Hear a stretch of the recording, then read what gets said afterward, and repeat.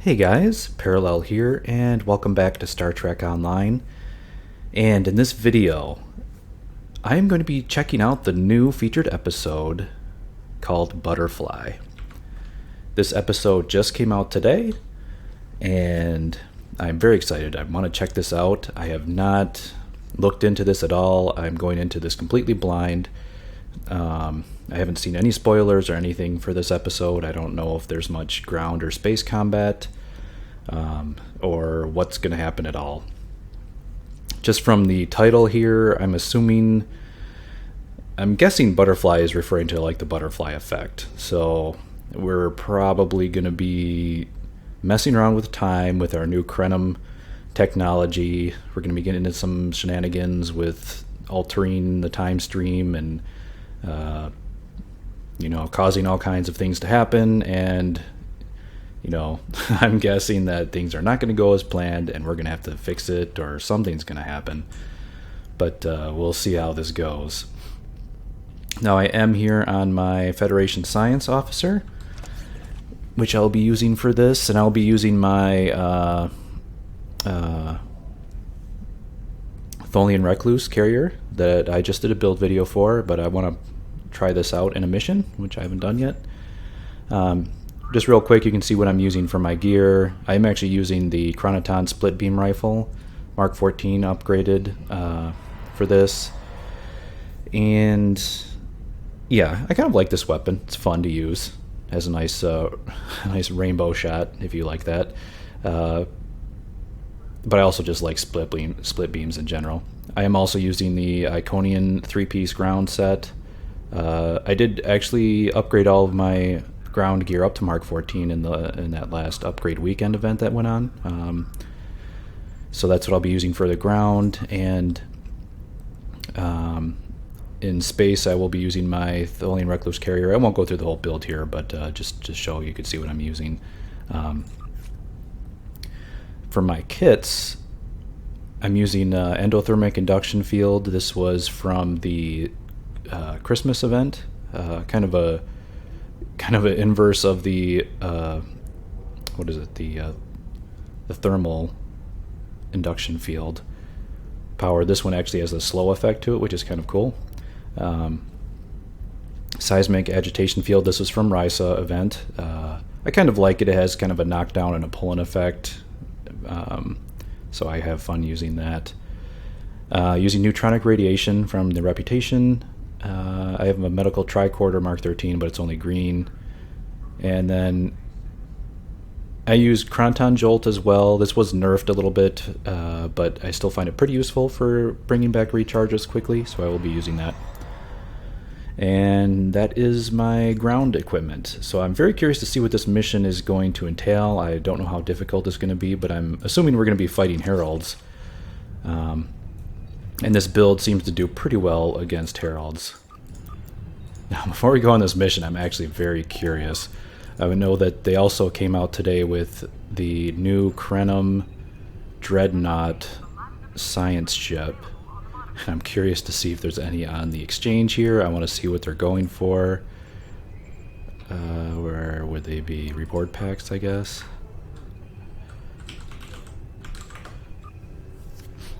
We got Krenum officers here. Krenum officers. Krenum Imperium warships.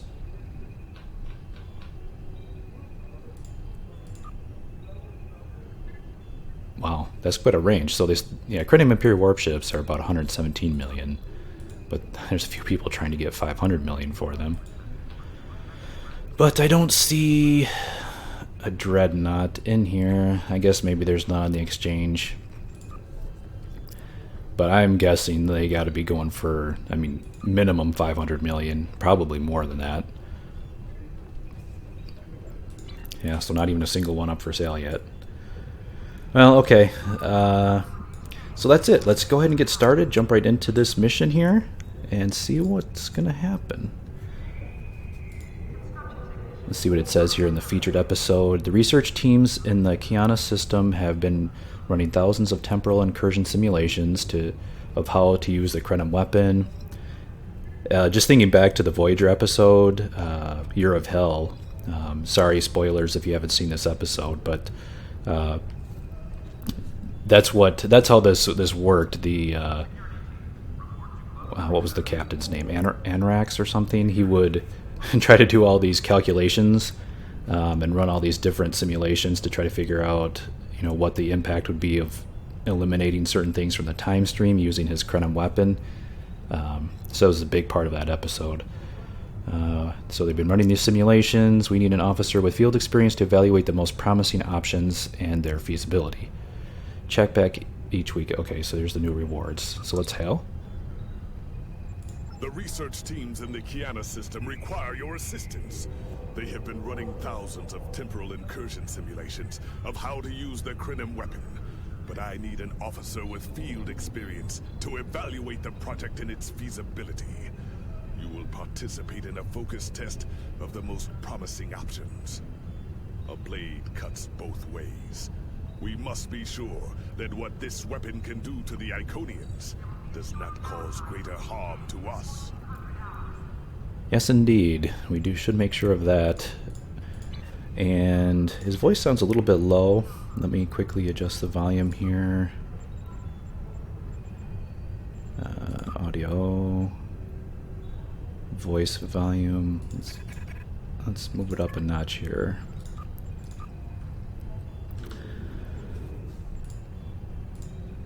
Oh yeah, and the Crystalline Entity event also just started, so definitely run a daily Crystalline Entity queue to get your crystals, which you get here, and start saving those up. I'll probably do a separate video on that, so I won't go into it here. But let me inhale this guy again. And we already heard you talk. But I wanted to take a look at the rewards here, because I've heard there's a very exciting console that you can get. To evaluate the project and its feasibility, you will participate in a focus test of the most promising options. A blade cuts both ways. We must be sure that what this weapon can do to the Iconians does not cause greater harm to us. Yes, thank you, Captain Kagren, and just wanted to wait for him to finish talking there. So this is the new console. This is a science console, but it looks really, really cool. Check this out. You got your 4 auxiliary power. You got 20% max shield capacity. That's pretty nice.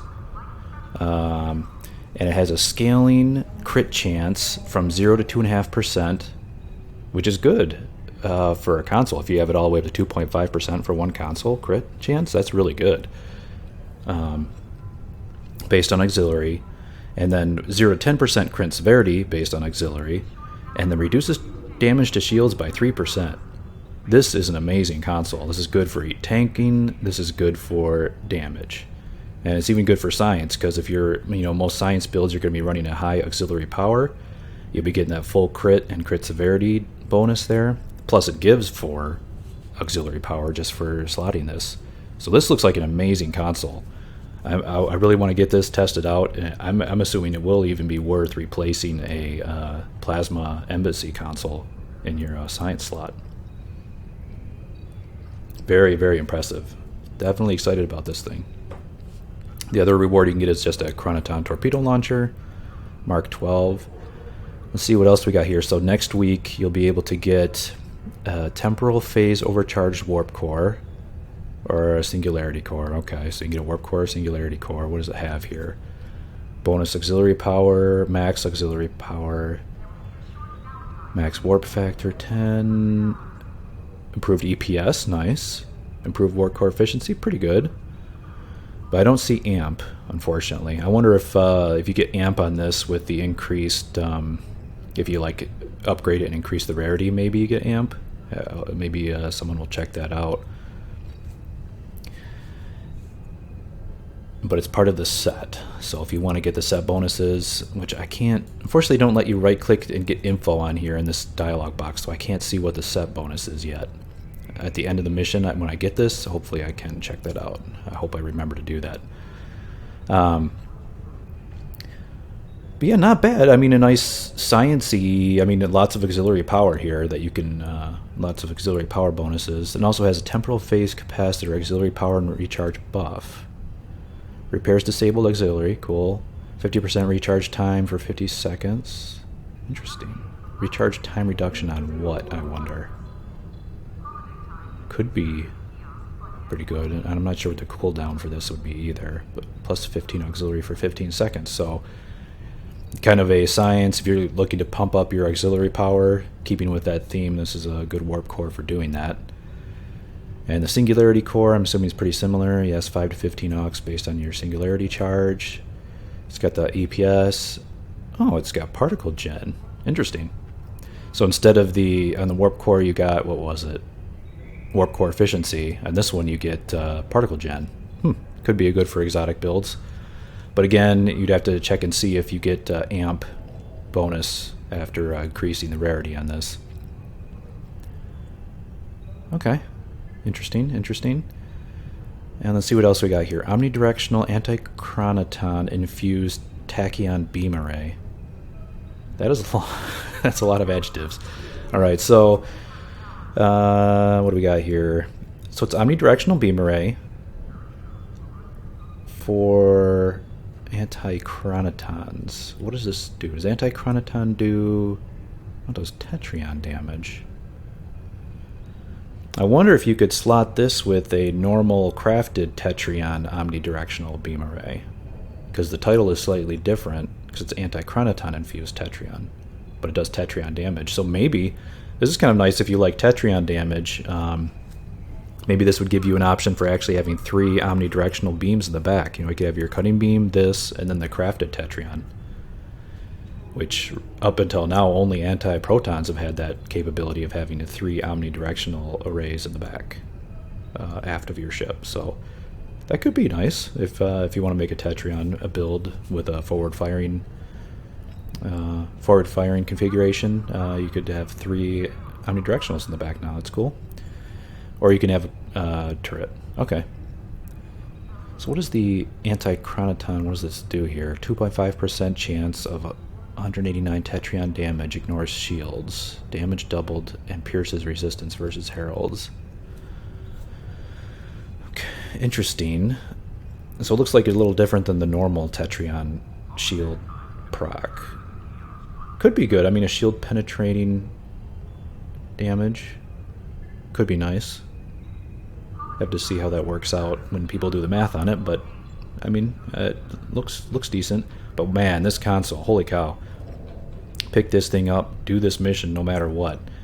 And while this is a featured episode, you only have to be level 10. So even if you have some low-level alts, I would say go pick it up. Do this featured episode on all of your alts for sure. All right, I'm excited. Let's do this. Let's transwarp over there. I'm guessing we'll be going to the Kiana system. Maybe we'll start out in the research lab again, like we did in the last mission.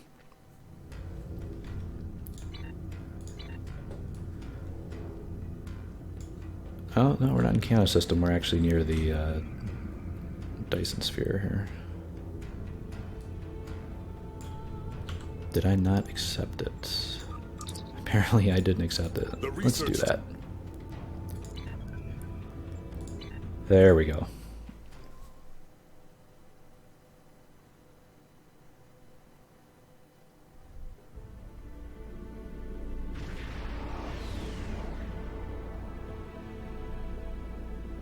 Welcome. We have been working with the Krenim to build both this facility and a weapon similar to the one developed by Anorax in the 22nd century. Captain Nog is running point for the Alliance, but teams from all across the Alpha and Beta quadrants are involved with the research. It's fascinating work, but there's a lot to do yet. How can I help? Captain Nog might be able to explain more. He's waiting for you. Good to see you again, Adriana. How have you been? It's good to see you too. For a few weeks, I was helping the Alliance research new ways to deactivate Iconian gateways. We were making progress, but it wasn't fast enough to stop the advance of the Heralds. After Captain Nog made contact with the Krenim, I asked to transfer here.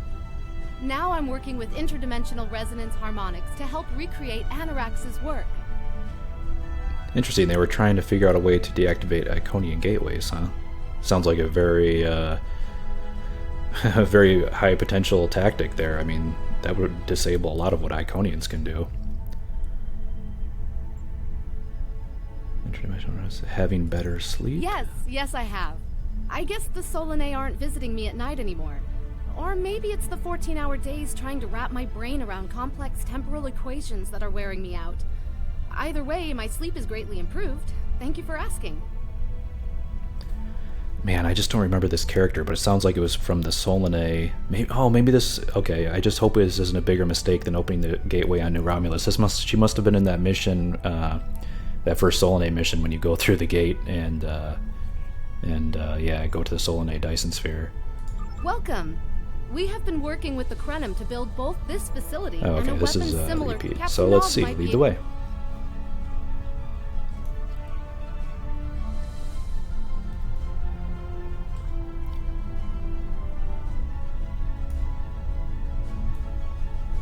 That's kind of cool that they're bringing a character back. I did that mission so long ago that I just don't remember, but I do like that bringing characters back, even if they're just kind of secondary or side characters. It's cool.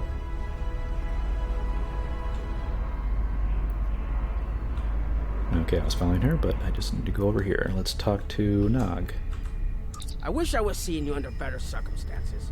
We've managed to make a prototype of the Crenum weapon in Anorax's records, but we have not attempted to use it yet. Time isn't something you mess around with, so we have been conducting simulations here of possible incursions, as well as developing new ways to protect and store data on various timelines. Let's see what options we got here. Do you have any idea of when to make a temporal incursion? Can you explain the process to me? How is this different from going back in time, changing something and creating an alternate timeline?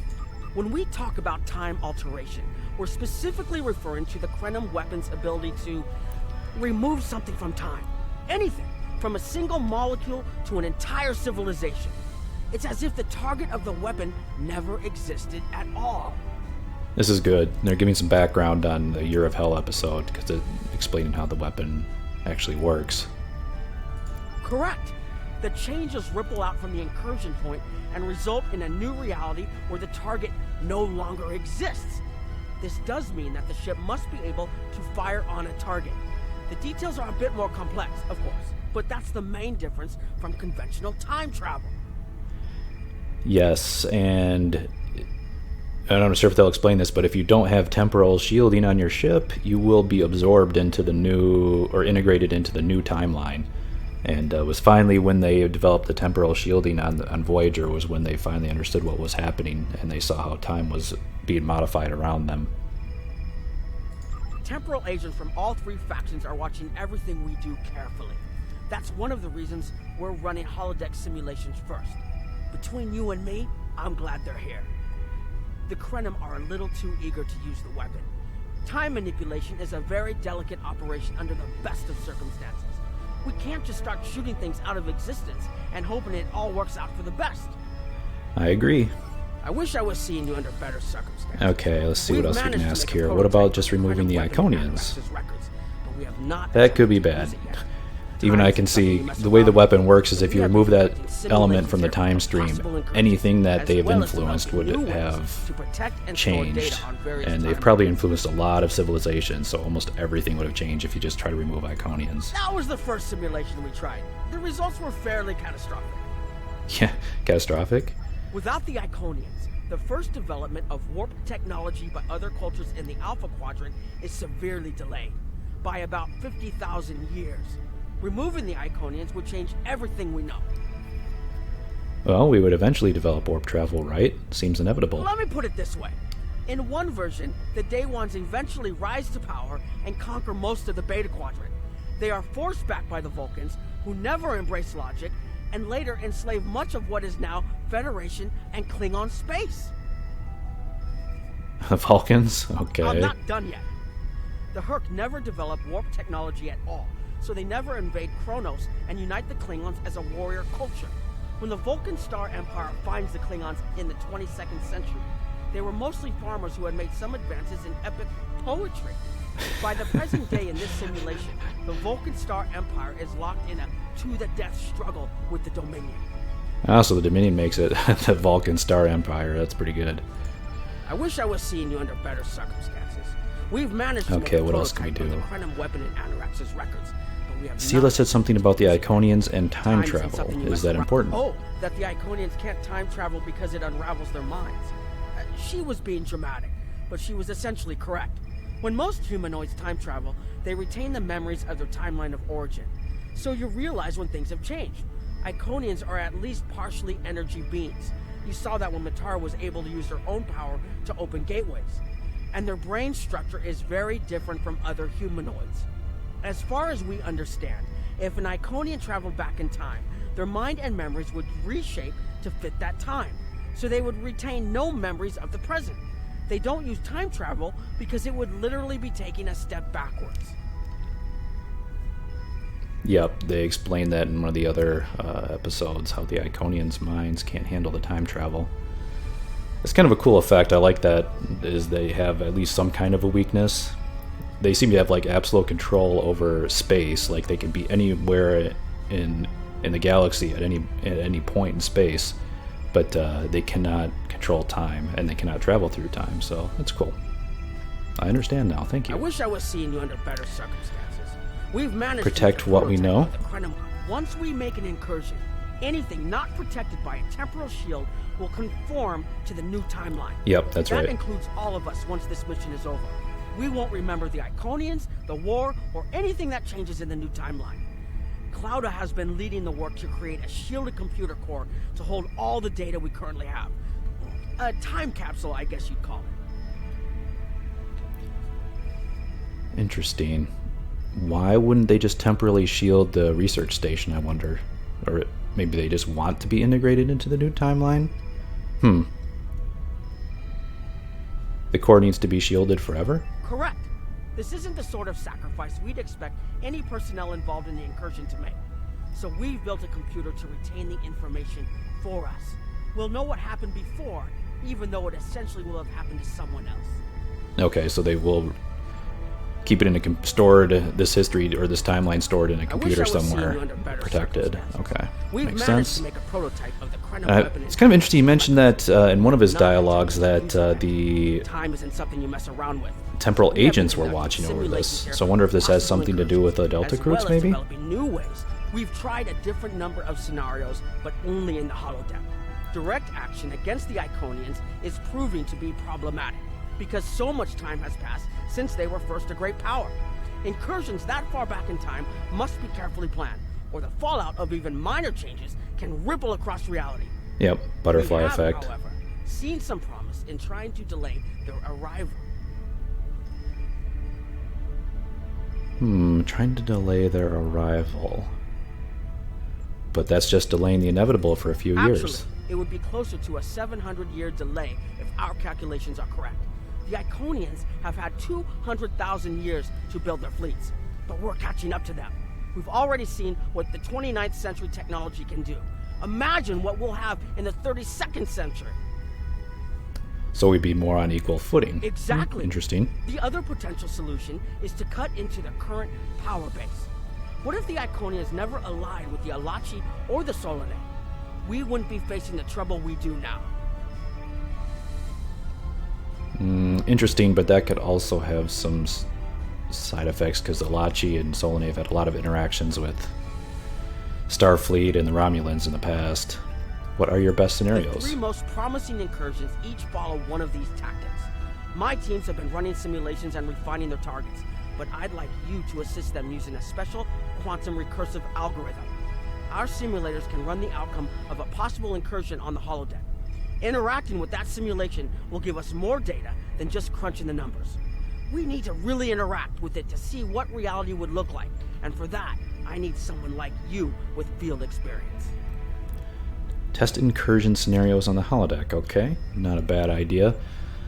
I'm not sure about changing time, but simulations can't hurt, yes. Sounds like a fascinating experience.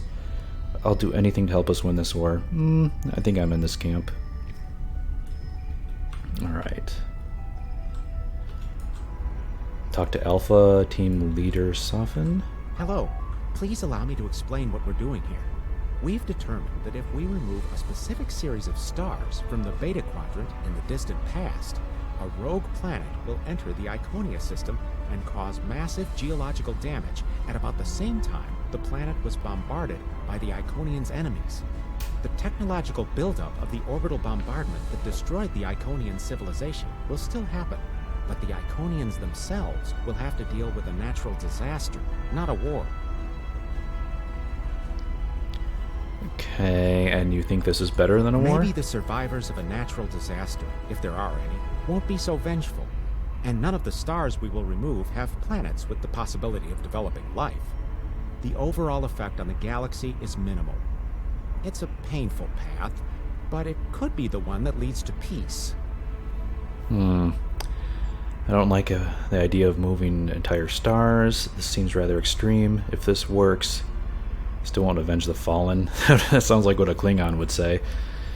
This seems rather extreme, doesn't it? I don't know if I like the idea of removing an entire The number of stars star. we will have to remove is a concern, which is why we're trying this in a simulation first. But as Captain Nog said, these simulations aren't perfect, so we have devised a holodeck program that will expand and extrapolate on possible effects of the temporal incursion. You're giving a lot of weight to the holodeck. It's the best option we have available to us. The holodeck's algorithms have been updated to change and adapt to the data created by the simulated timeline alteration. This is not your average holo novel.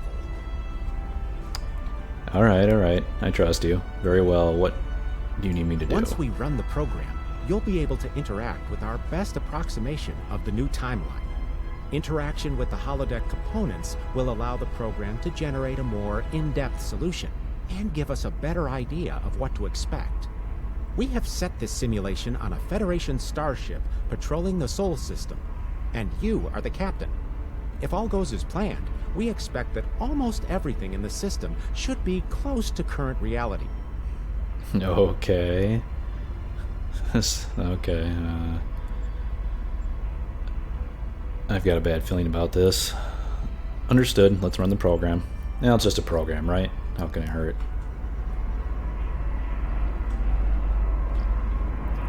Oh, this is cool looking.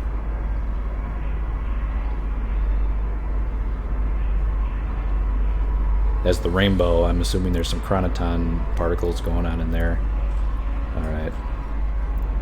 Oh, it's Agent Cray. Hello. Who are you? Why would I be asking that? I should know. Well, I guess this is not my Delta recruit. Okay. Well, where do I start? I'm 157 years old. That's only because I spent 90 years caught in a temporal distortion in the Typhon Expanse, serving as an ensign under Captain Morgan Bateson in the USS Bozeman. Much of the crew of the Bozeman found it difficult to integrate back into Starfleet. So much had changed. The Temporal Intelligence Agency took in many of my shipmates, due to our first-hand knowledge of events that occurred in the past. So, that's where I ended up. It must be difficult to have missed out on so much. Hello.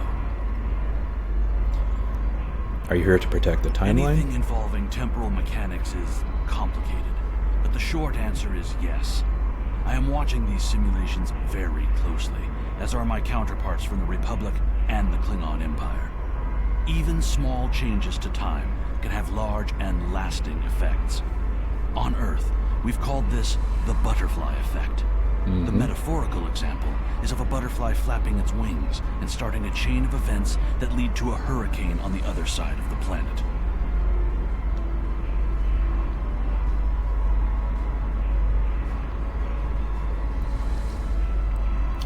But isn't timeline alteration the sort of thing you're supposed to stop? Again, it is complicated. Suffice it to say that at this moment in time, our governments have all agreed that our options are limited. This might be our best chance to stop or delay the Iconians. But temporal investigations will intervene if we feel that the cure is more dangerous than the disease. Okay. And I was just looking up on my other computer here because the USS Bozeman was sounding familiar to me, and I remember it now. Yes. It was a starship. It was in one of the it was in an episode with the sort of temporal anomaly where the Enterprise was caught in a loop of time, and they kept running into the Bozeman and exploding. Yes, and then so they were actually from a different time period. Interesting. So that's where this guy comes from. That's kind of cool.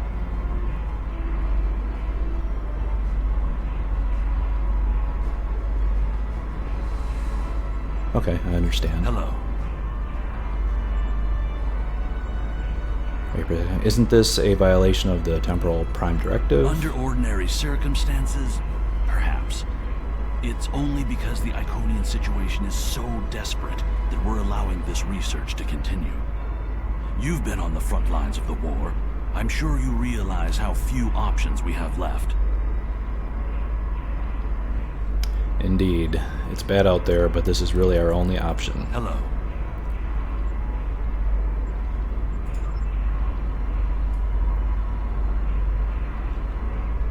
Alright, let's head into the holodeck. Let's run Program Alpha. This is a cool looking holodeck.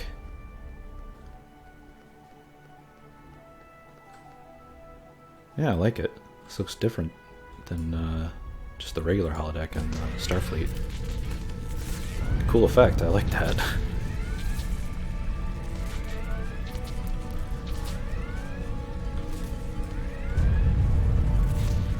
Now this doesn't look good already. Let's see what's going on here. Captain, you're alive.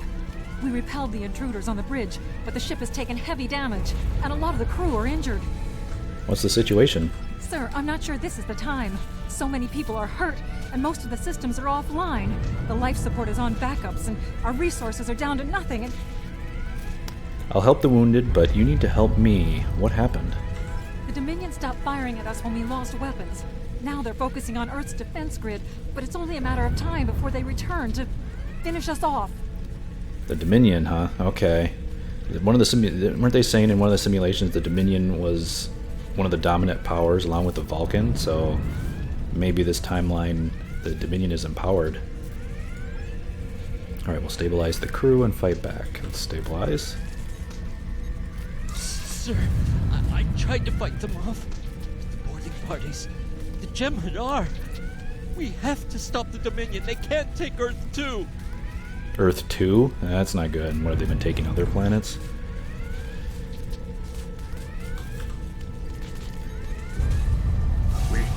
We can't stop them.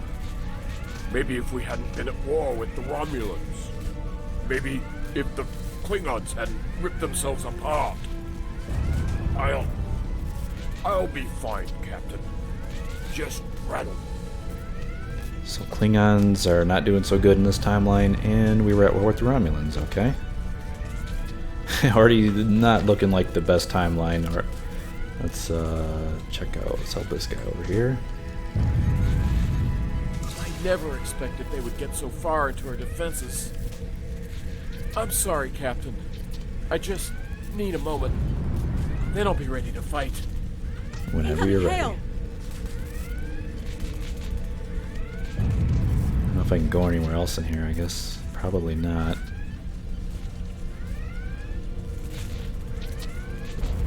Even this bridge looks a little odd. Is this more like... I guess this is more like the... I'm not sure what bridge this is like. Is it like the Defiant Bridge a little bit? Maybe? Let's answer this hail. USS Ajax. Sensors show your ship is completely defenseless, and I would prefer not to delay our arrival at Earth to deal with such a minor annoyance. Surrender now, and I will guarantee the safety of your crew. Vorta. Okay. We'll never surrender.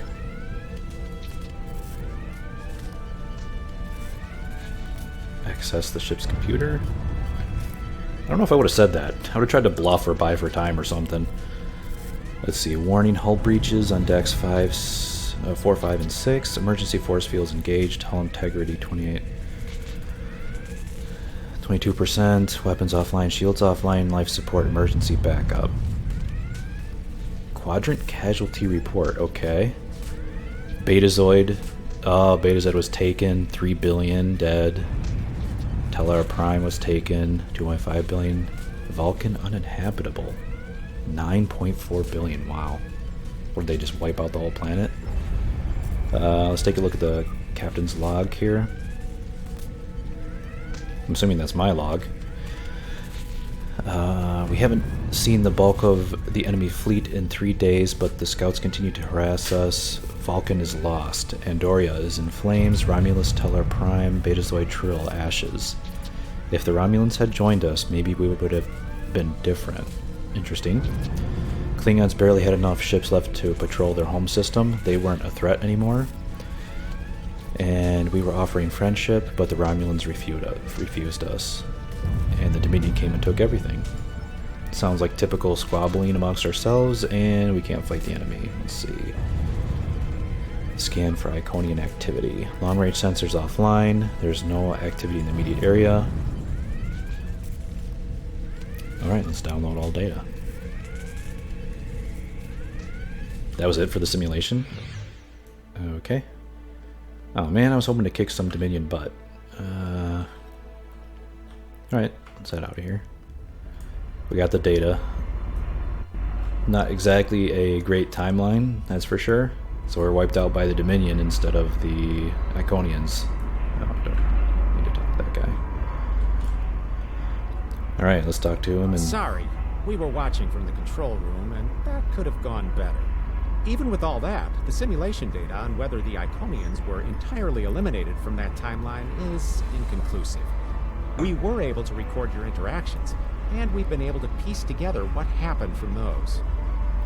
What did you find? From what we can piece together, the Klingon Empire was never unified by its conflicts against outsiders, and the great houses turned on one another instead.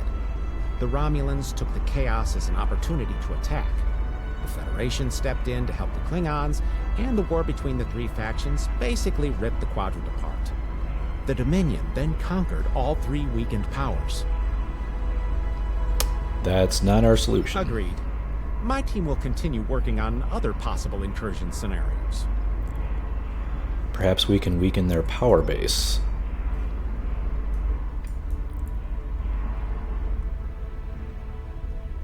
Although, all things considered, I suppose being absorbed into the Dominion would be better than just being wiped out entirely by the Iconians, but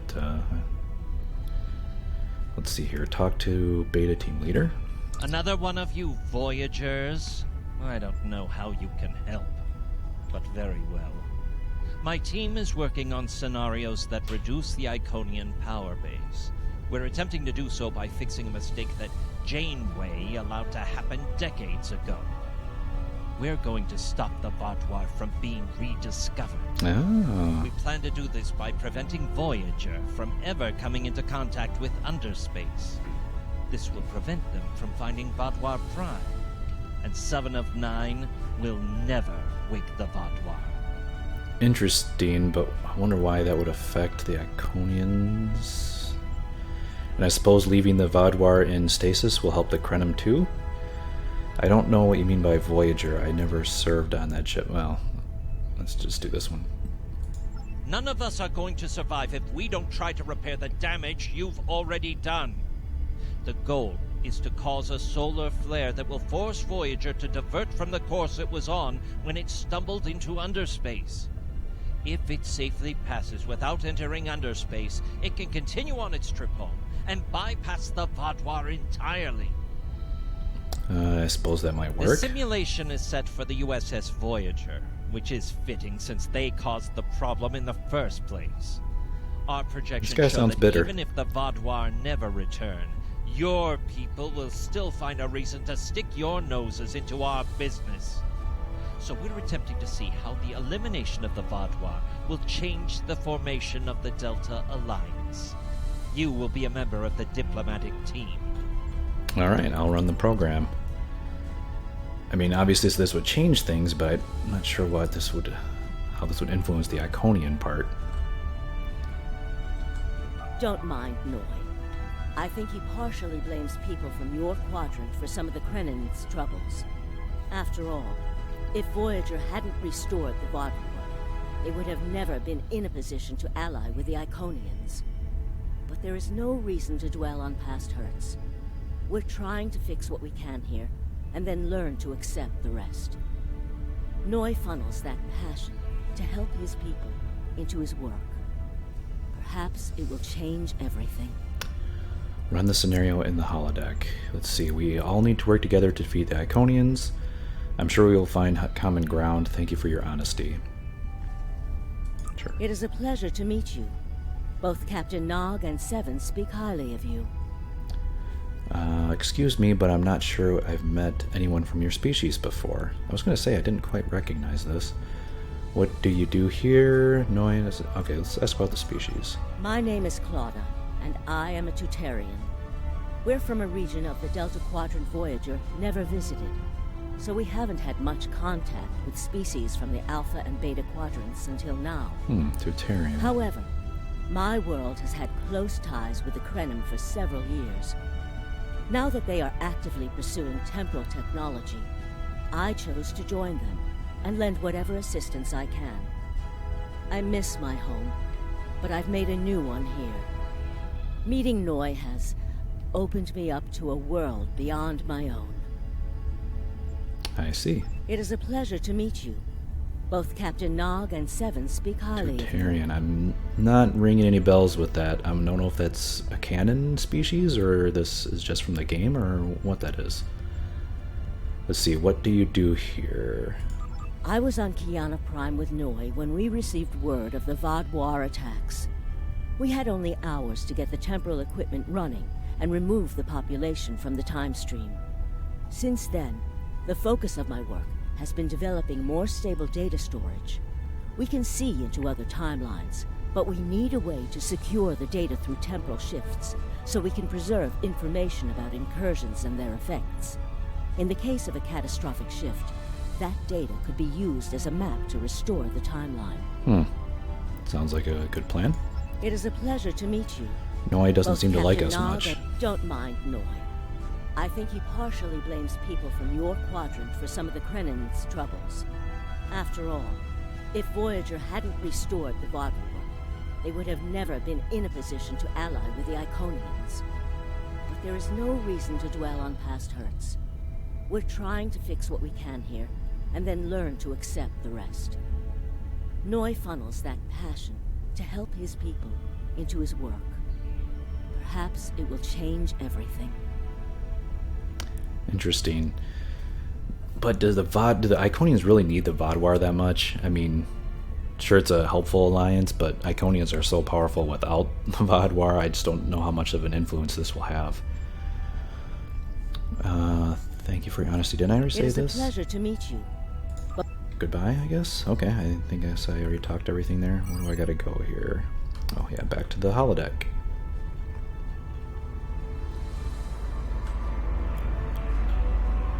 Alright, let's see if we can change Voyager's fate here. Run program beta. We're on the in the Voyager, what is this, the observation room or the meeting room here?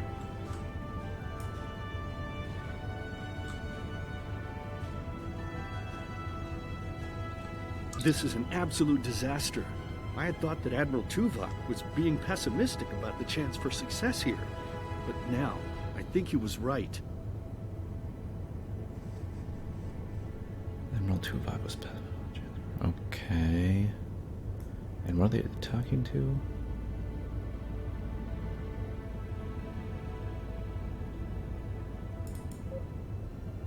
I was going to say Benthen. That's Hazari. No, there's a Malin over there. And a Talaxian. Okay. Alliance making is not a quick process. No, it's not. The hierarchy started setting these people against one another before Admiral Tuvok and his team could start to pull them together. The very fact that they all agreed to be in the same room is a minor miracle. Do you think you can bring them together? Eventually. Between Vulcan logic, Klingon tenacity, and Romulan pragmatism, we'll convince everyone here. that the threat is real, and an alliance is in their best interest. But it won't be easy. Now, if you'll excuse me, I see I have another argument to break up. Good luck, Ambassador. Okay. Let's talk to the Talaxian. We've always tried to be good neighbors and treat other races with respect, but this is really too much.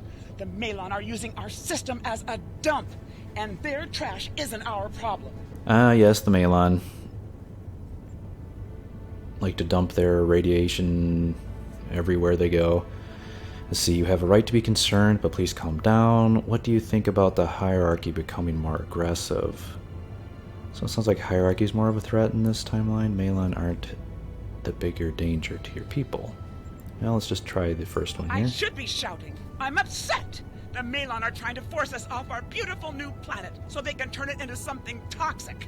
How would you like it if someone treated your ship like a garbage scow?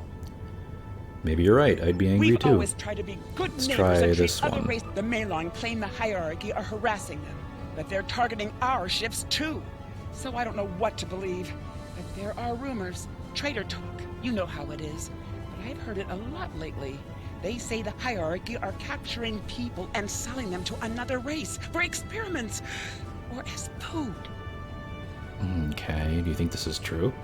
We've always tried to be good neighbors and treat other races with respect, but this is really too much. It's just going back to the original. Okay, so the Malon aren't the biggest danger. The Malon might not be the biggest threat, but they are the most immediate. Wait until they start dumping their trash in your front yard and see how you like it. Well, keep talking to the Malon. Perhaps you can compromise. Alright, let's talk to the Malon. Are you here to preach about responsible waste management too? You can save it. I have a commitment to my people and my planet that supersedes any other concerns. Let's see what we got here. Maybe there's some place you can dump your waste without harming others. The Talaxians are concerned about waste on their borders. What do you think about the hierarchy? Well, let's ask about this first. How dare you dictate how we should behave? The disposal of hazardous waste is a noble sacrifice my people make on behalf of their families. Who are you to cheapen their sacrifice? What we do is none of your business. Okay. Apparently, waste disposal is a very honorable job among the Malon.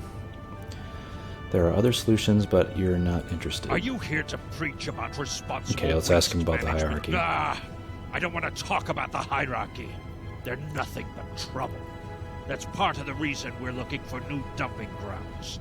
I've lost too many ships in the past year. Half a generation of valuable and desperately needed haulers. They're just gone. And I know the hierarchy is to blame. Okay. Are you here to preach about responsible hierarchy's waste causing problems for them as too? well. You can save it. We don't need outsiders telling us what to do. If the Talaxians want to talk, they can come to us directly. Let me see if there's another way to get you interested in joining the conversation. Okay. Let's see. Maybe this will access Voyager's computer. Alright. Let's see. The Malon have resisted attempts to accept less hazardous waste management practices and continue dumping waste throughout the quadrant. The most at-risk population is the Talaxians, who have a new colony base close to a Malon dumping ground. That's right. In one of the previous episodes, we did have to help out the Talaxians and tow away the Malon garbage. Let's see. The Malon have moved into Talaxian space to avoid hard attacks. Okay. Diplomatic relations between the Malon and the Talaxians are deteriorating. The Malon have accused the Talaxians of working with the hierarchy, a charge the Talaxians strenuously deny. Analysis. The Benthans could potentially pressure the Malon to return to the negotiations table. Okay.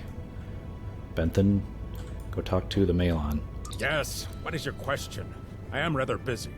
The Hazari are stepping up their smuggling operations, and the hierarchy's new drive for profits has created a significant increase in attacks on unaligned transports.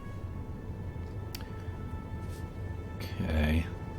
Looks like hierarchy are causing problems for everyone. Would the Benthans be willing to assist the Talaxians in their negotiation with the Malon? What do you think of the hierarchy's current actions? Sorry to trouble you. The hierarchy's surveillance measures are the best in the quadrant, and that's left us more exposed than I would like. We're losing ships. Once or twice we found debris with hierarchy weapons signatures, but they're cautious. It's like they can smell traps. Yes, okay. What is your question? I am rather busy. It is that the hierarchy are good at their intelligence and surveillance, so let's see what the Benthans do to We assist. have enough to do at the moment without getting into a dispute that doesn't concern us. The hierarchy is harassing our supply lines, and I'm convinced they're behind the losses we've taken over the past 3 months. We're having to double up patrols, which means we're leaving holes the Hazari can slip through. The Malon are a headache we don't need. Okay, sounds like he's not interested in helping. I've found that working with allies usually brings about positive results. Yes, what is your question? Alright, so sorry to trouble you, I will talk to the Hazari. That. The Hazari aren't interested in anything but making deals. This whole meeting is just a waste of time. Unity might work where you come from, but I don't have any reason to cooperate with criminals like the Hazari or thugs like the hierarchy. Maybe I can convince them differently. Okay, so Hazari. What do you want? Did the Benthans make you one of their little deputies? Or was it the Malon? Before everyone broke ties with the hierarchy, they told us what people say about us. Mercenaries. Honorless. Ha! They all deny it, but we know. Now we look out for ourselves. Okay, seem a little self-conscious there. Would you be willing to pull out of Benthan space? What do you think of the hierarchy? Let's ask him that. Troublemakers. They make our jobs harder and easier. They watch everyone. We used to trade for information from them, but now they won't sell. If we can capture one of their ships, it's like a treasure hoard of information. Makes hunting bounties real easy. But it's harder to take out their ships. I hear they're getting upgrades. And it's not just their ships. Stories going around about one captain whose arm was ripped off by a hierarchy commander. Used to be they'd run from fights. Now they start them. Okay, something's definitely going on with the hierarchy. Maybe they're being influenced by the Iconians now instead of Vodwar? What do you want? Did the Benthans make you one of their... Would you be willing to pull out of Benthan space? Oh, no. We need to make a living, same as the rest of you. If the Benthans would take out the hierarchy on our borders, we wouldn't be forced to move into Benthan space. But no, they won't do that. They don't think mercenaries rate protection. Sounds like you should be working with the Benthans, not against them. What do you want?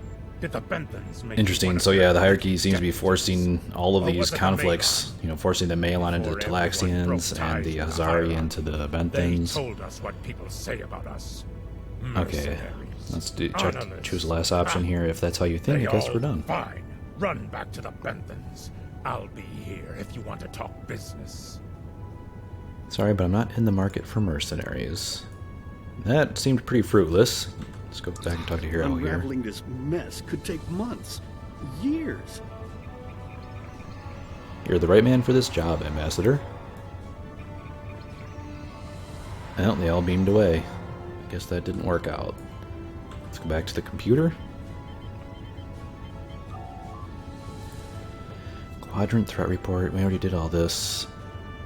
Was that it? Download the data for the simulation. That's it.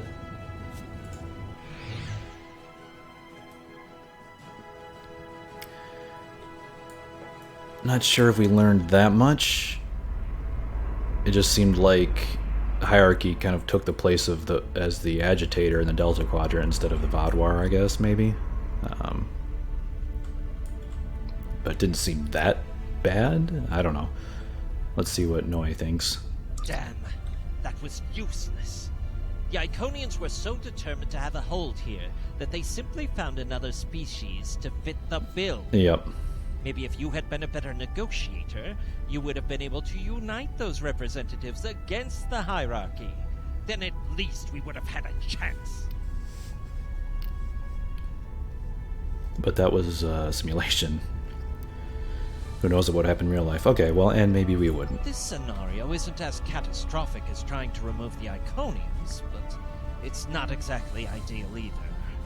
We'll have to try something else.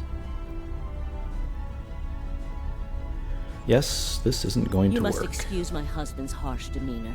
This has been a very trying time for the Krenim. Thank you for helping us get this far. We'll keep working. Oh no, he's her husband? Did I miss that before? Thank you, Claudia. Trust my wife to be the voice of reason. Perhaps I was too hard on you. I just want to be able to fix all of this. We can't turn back time, but we can change it. Please speak to Gamma Team. Captain Nog thinks very highly of their plan. Alright, thank you. I will speak to Gamma Team. So maybe there's one more simulation we have to look at here. Team Leader Jayla. Hello. We've been waiting for you. Our team is focusing on delaying tactics. What if Iconia had never been discovered? In 2365, Captain Donald Varley of the USS Yamato found a star chart on Denias 3 that revealed the location of Iconia. I want to redirect a meteor to impact the archaeological site on Denias 3 before Captain Varley begins his excavations. Iconia will remain a myth, and we will not attract the Iconians' attention as early as we did. Okay, interesting.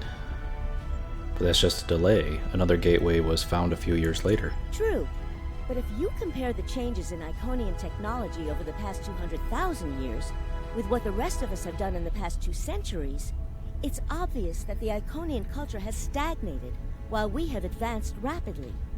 Additionally, there are other factors in play that could trigger the alliances and sharing of technology that have come about because of the Iconian threat.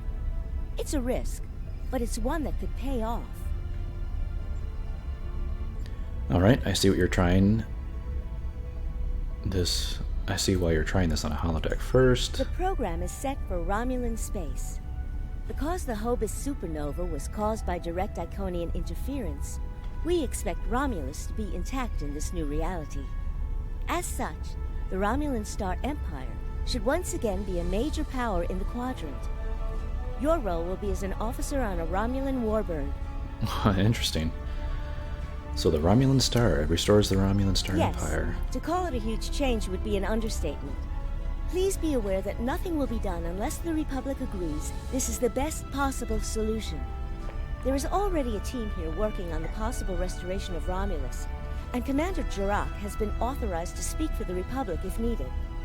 The fact that our data shows delaying the Iconian arrival will also save Romulus is an interesting coincidence, but it does not mean we will accept the solution without looking at other options. That is interesting. I wonder how the Romulan Republic would feel about restoring the Star Empire, because they kind of have a different philosophy now than you know, the Tal Shiar, and even the old Star Empire was more militaristic. Okay, I see. The program is set. Understood. I'll run the program. So let's check out the restoration of the Romulan Star Empire. But again, probably a lot better than dealing with Iconians. So let's check this out.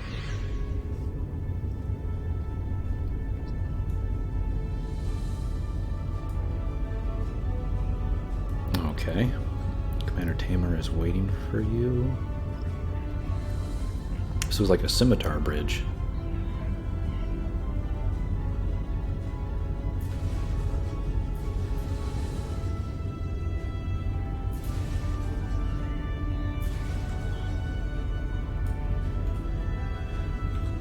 Sub-Commander. I'd like to test out some new security passcodes. If you'd be so kind as to seal the doors and disable certain equipment, we need to talk. Understood. Maybe some surveillance going on here. Seal the doors and... okay. Seal the doors.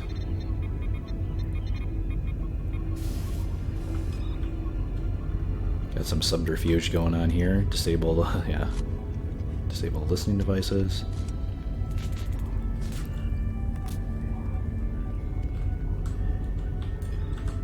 Thank you for playing along, Sub-Commander. The Tal Shiar can't hear us now. I need to talk to you about Datan and the Separatists. They've been located near the Dewa system. What we do next could change our future. The only thing I know about the Separatists is what I've heard through official channels. What do you know? You're not asking if we should attack them, are you? Well, let's see what he knows about the Separatists. Datan has been inspired by Spock's teaching. He and many others have left the homeworld and are gathered together in a flotilla somewhere near Tal Dewa. Datan and his allies have been making overtures of peace to both the Federation and the Klingons. Because of this, they have enough support that even the Tal Shiar won't take direct action against them. The Borg are at our borders. The Empire can't fight the Collective and the Separatists at the same time. Interesting. So Spock has been continuing to work with the Romulans. Interesting. Almost sounds like the Republic kind of is starting to exist again, but through Spock's influence rather than the destruction of the homeworld. Okay, so what do you mean for us? Thank you for playing along, Sub-Commander. The Tal Shiar can't hear us now. I need to talk to you about Datan and the Separatists. They've been located near the Dewa system. If I was, I wouldn't have needed you to lock the door. I intend to put Lieutenant Salan in the brig, and then take this ship and crew to join the Separatists. Are you with me? Okay, interesting. If we do this, we'll be traitors to the Empire. I know. I have tried to work within the system, but the system is broken and corrupt. Datan and his people are building something better. You and I both know it. The crew knows it. We will take this warbird to Datan, and we will finally be free. We have to do what is best for our people. Okay. So far, this timeline's not that bad. Let's unseal the room.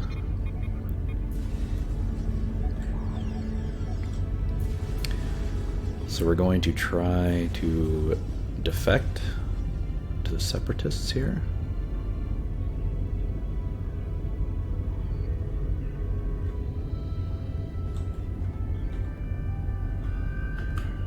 Oh, there we go. Secret conversations between the commander and one of his senior officers? Very suspicious. Loyal citizens of the Romulan Star Empire have no need for locked doors. It's Gaia Salan, okay. Sir, I'm going to have to ask you to accompany the security team to the brig. Tamer, you are a fool, and you will be the death of everyone on this ship. Datan and his people are terrorists. If you join them, you will share their fate. You are under arrest. Please comply and you will not be harmed. Yeah, that's right. Get out here. My friends, it is time we forge our own destiny. A destiny free from the tyranny of the Tal Shiar. If we leave, we will have a better, brighter future than what they would allow us. I know this is a step into the unknown, but it is a step we will take together. Throw off your chains. We will join our brothers and sisters in freedom. Alright, they seem pretty happy about that.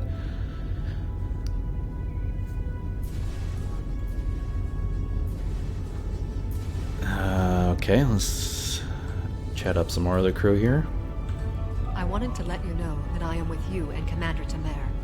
Some of my family has left Romulus to join Datan. I'll be proud to join them. Alright, set course for Dewa.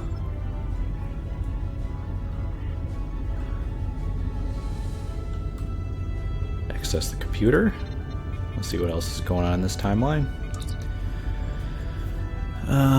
Traitor and miss historical orders of the traitors of the Star Empire have been moved to 2100 hours. Attendance is mandatory for all officers not on duty at the time.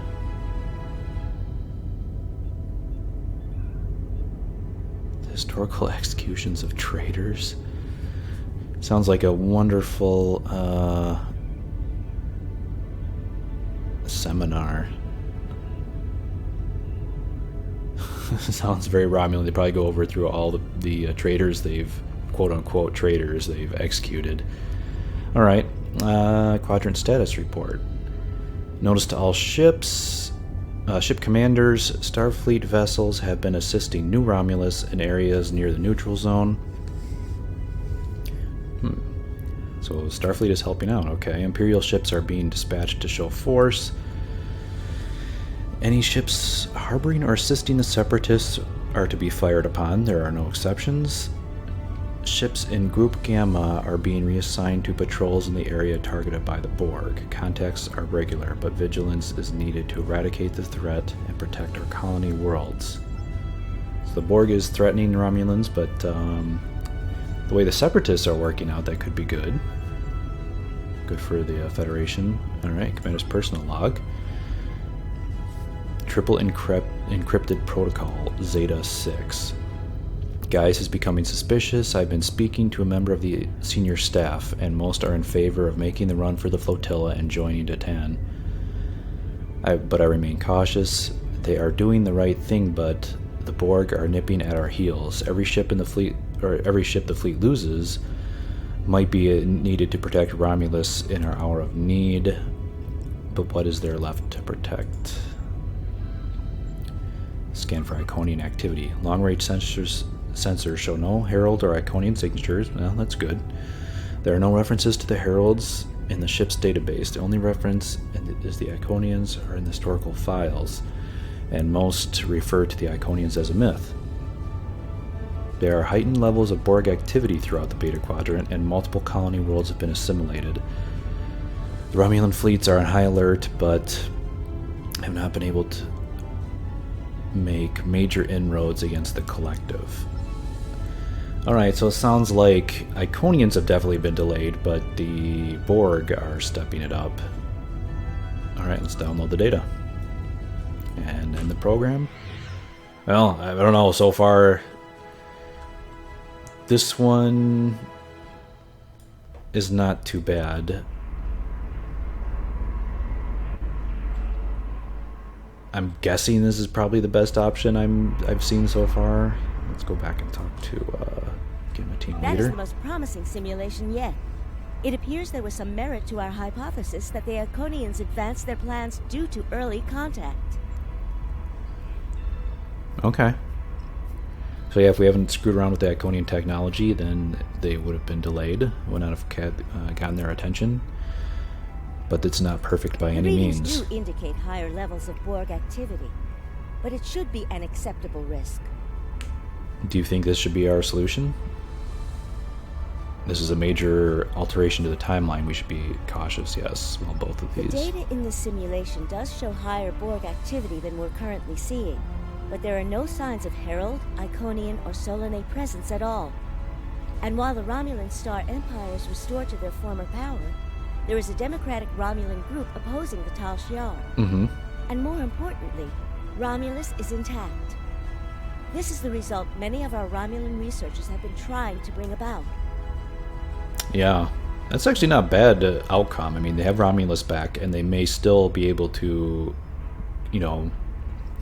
maybe the Separatists will have some success in creating the democratic alternative, like the current Romulan Republic. So, okay.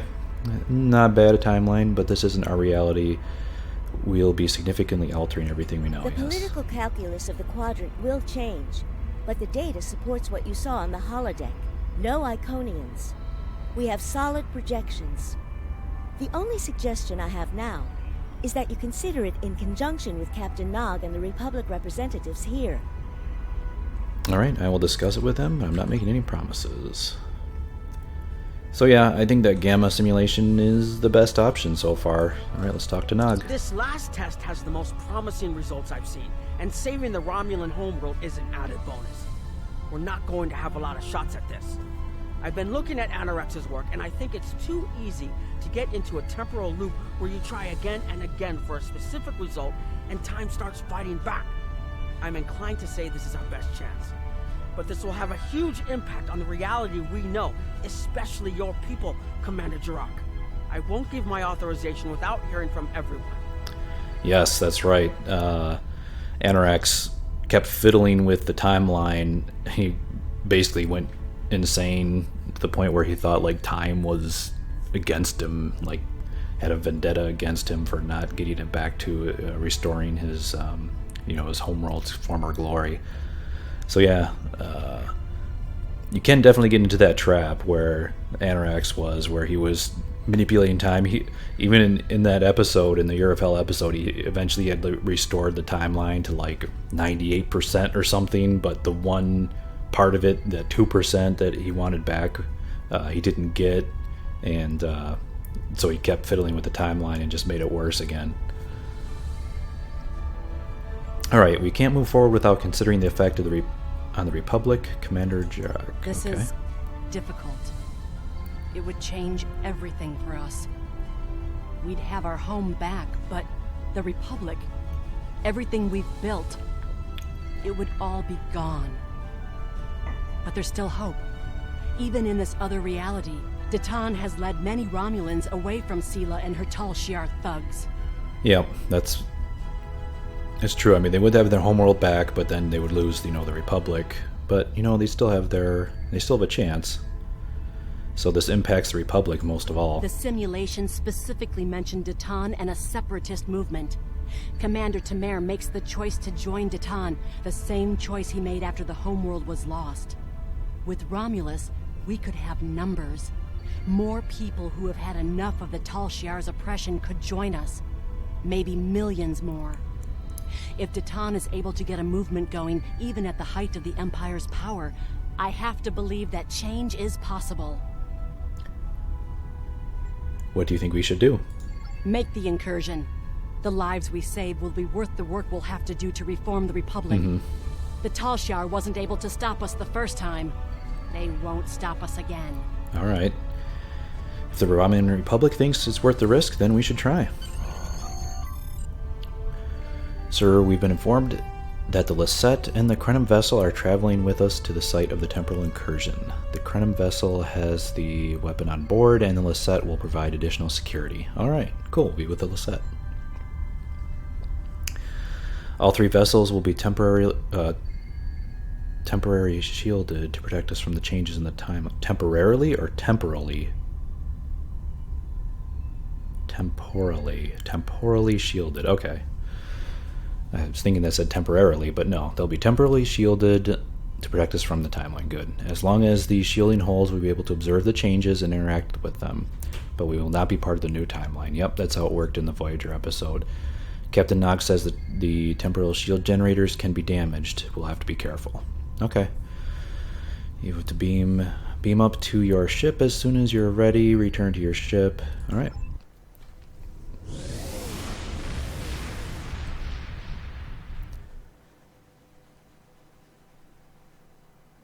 It seems fitting to be flying a Tholian ship in this mission, because Tholians kind of have their fascination with timelines, so...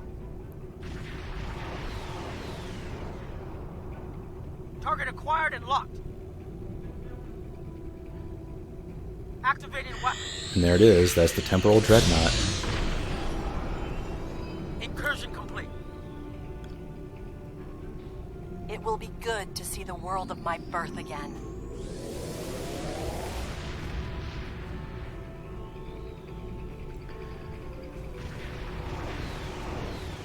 Elements? Is that Romulus? It's been completely assimilated. Looks like they screwed up on their simulation. Yes, I think we have a problem. No. We expected to see some Borg activity, but this can't be right. What happened? I agree that this is unexpected, Commander, but we knew there would be anomalies. We need more information. Let's find out where the simulation might have gone wrong. Stay in the edge of the system. Jarek and I will move in for sensor sweeps. The last thing we need is Borg assimilating the Krenim weapon. Yeah. Oh man, the Borg running out with the Krenim weapon, that would be horrible. The whole system can't be assimilated, can it? That is a lot of Borg. That is a lot of Borg. Look at all of that. They have a whole, looks like a Unimatrix, like, all around Romulus.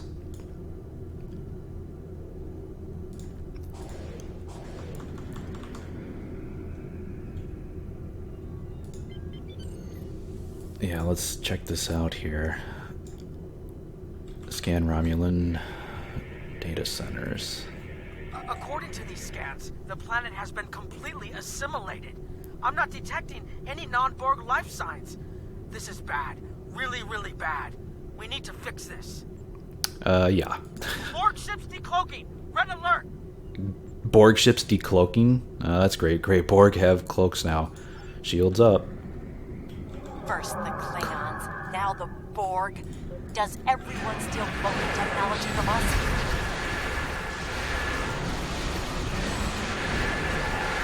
So far, just a sphere and a probe. Not too bad. Borg reinforcements on an intercept course.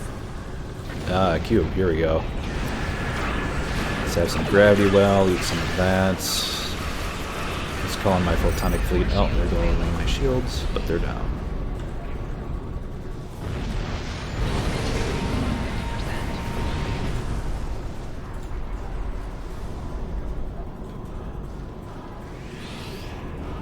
We need more information. Oops. We need more information. Let's heal my shields up here We while... need more information before we can fix this. I'll keep the Krenim ship well out of Borg sensor range while you go in and find out what happened. Hurry. More Borg will be arriving soon. Won't we be affected by the time shift once we leave the I've ship? modified some personal shield generators to shield you temporally as well. I'm transporting them over now. Hurry.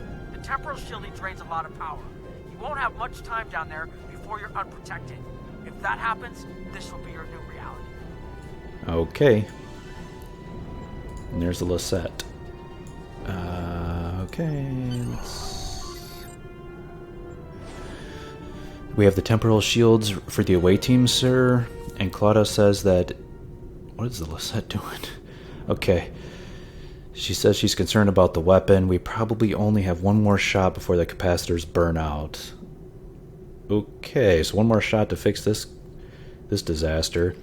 So we need to get this right now and get back to the timeline, and that is not overrun by the Borg. Sensors are detecting a mainframe that should have the data we need. The Lisette will remain to protect the Krenim ship, and you and Commander Jarok will beam down. Okay. I do get my away team, but I want to double check my abilities here because I don't know about you guys, but I always have this issue where my ground character's abilities get reset. Sorry if I quickly go through here. I want to have my command officer with take cover. And yes, and I put strategic analysis and take cover. I love those two command abilities on the ground. Battle strategies. I think I do target optics, photon grenade, and overwatch. And yes, to play Tripwire Zone 3. Photonic decoy, which I actually really like. Good for taking some aggro. I got the medical generator, shield recharge, I got my heals. Alright.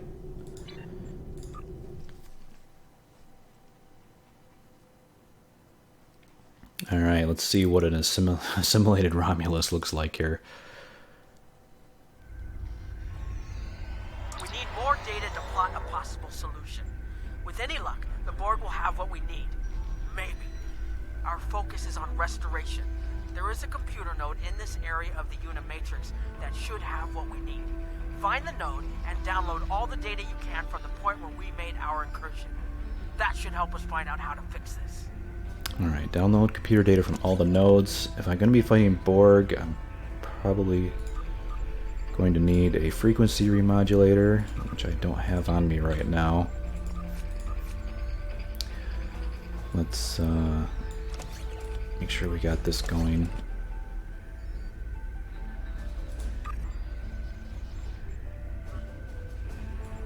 Let's put frequency remodulation. Okay. Let's use our, is this the Solinate Tribble? Yeah, let's use our Solinate Tribble for a little bit of crit. Alright, and there's my team, my away team. I have the Kobali command officer. I love command abilities on the ground, even if they're a bit lackluster in space. Oh crap. All our people. They're Borg.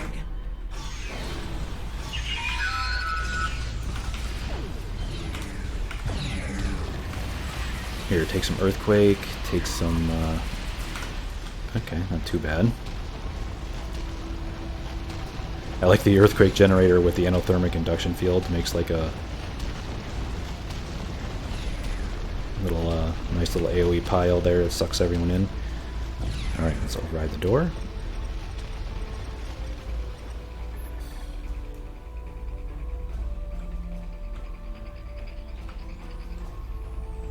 I can't believe we were so wrong.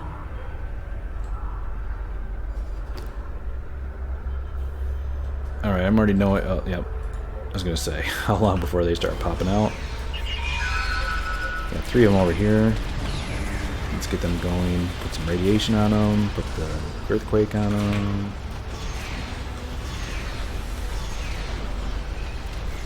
Cover me! I'll override the door controls. Okay, where are you?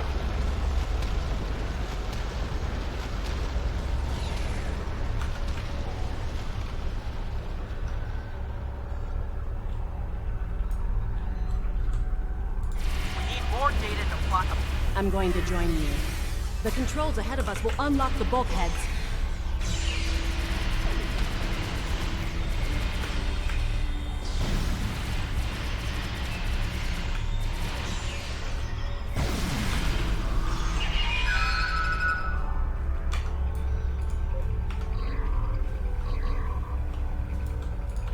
Sorry, I didn't mean to skip past that dialogue. I thought it was one I already had done, so I'm not quite sure what that said.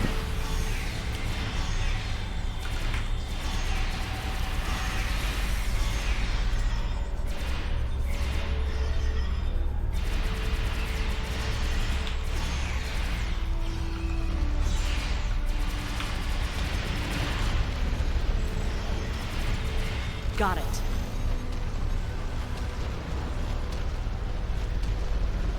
Where is Jarok? She like disappeared. Is she just doing this remotely? We have to find a way to make this right.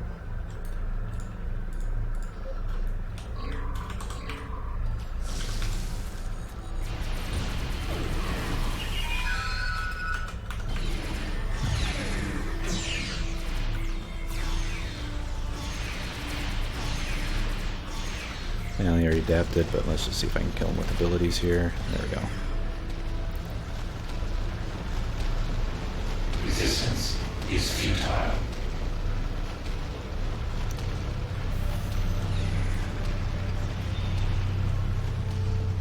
There. That's the access node console we need. This looks pretty interesting. Right. We'll have to circumvent their Oh, great. security Tactical measures. drone, huh? Wait! Incoming Borg!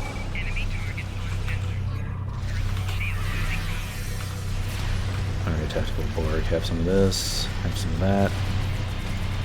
Let's use some cooldowns here.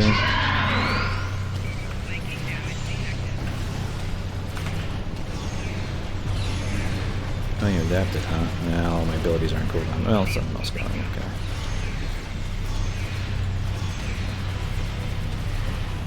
I have to remodulate here.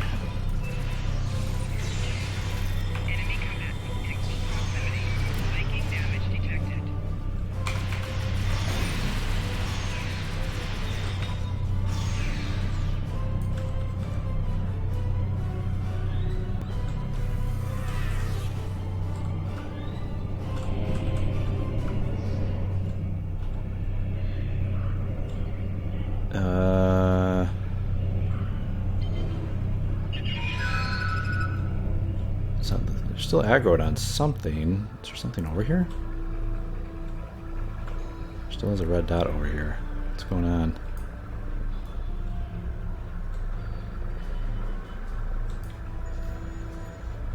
Oh, great.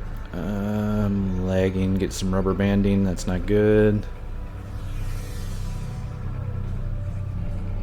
They're definitely still aggroed on something, but let's just go see if I can use these consoles here. Circumvent the Borg security, okay. This was Romulan technology once, but it's been completely assimilated.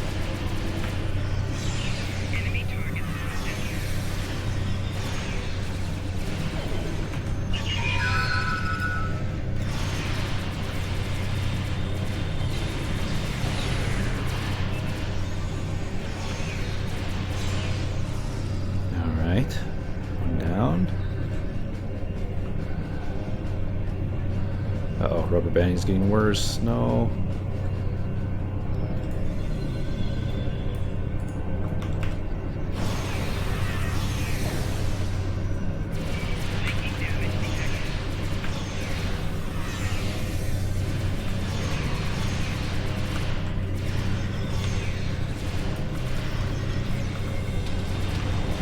Here, have some earthquake, have some of that.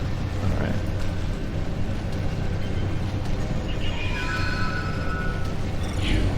Assimilated.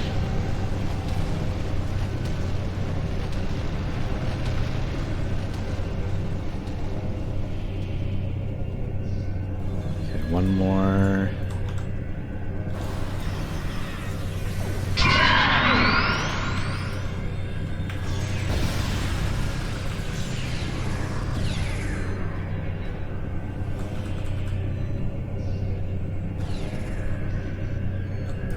Alright, one more, circumvent the Borg security.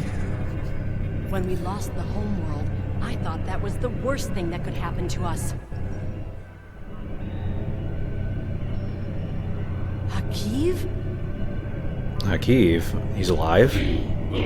Oh, crap. Borg. Resistance is futile. Uh-oh, Hakiv in Borg form. Oh, we can't click on him. What's going on here? Oh, okay. Okay, Hakiv. Here, have some debuffs. Have some of that. Have some endothermic field. Have rubber banding all over the place. Here, have some sensor scan. Have some nanoprobes.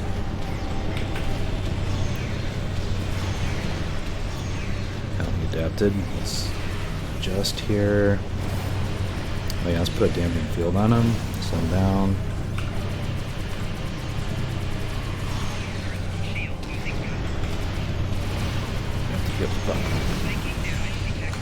Let's get rid of these drones here.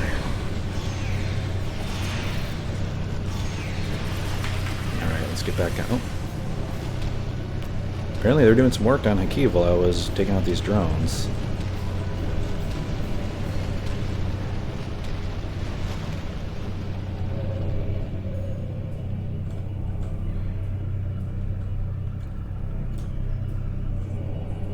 Whoa, that wasn't a rubber band. Did you see that?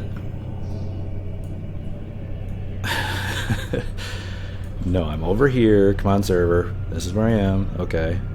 Can I download it? Please? Please don't disconnect.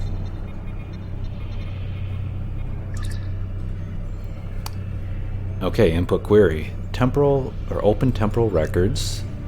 Actually, the Borg might have some good records.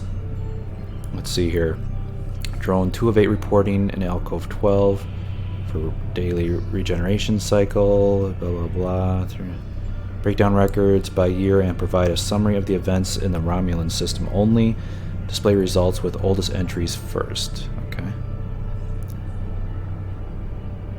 No, I just saw a server not responding. Please don't disconnect. Filtering temporal records. Stardate has added to the collective. Unimatrix established in orbit of Romulus. Yep.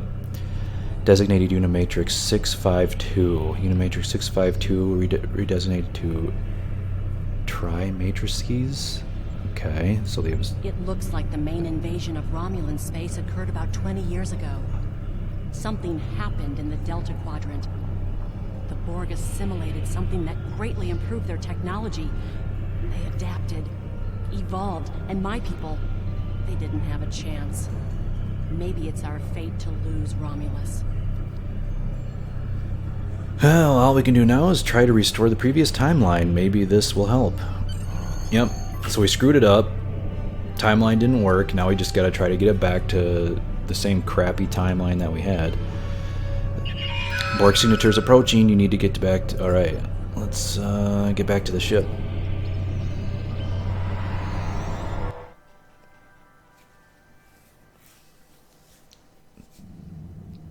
And that's what you get when you mess with the timeline. There are more than 20 Borg ships on an intercept course. More Borg on the way. Let's get fighters going here. Let's get out of here. Full impulse.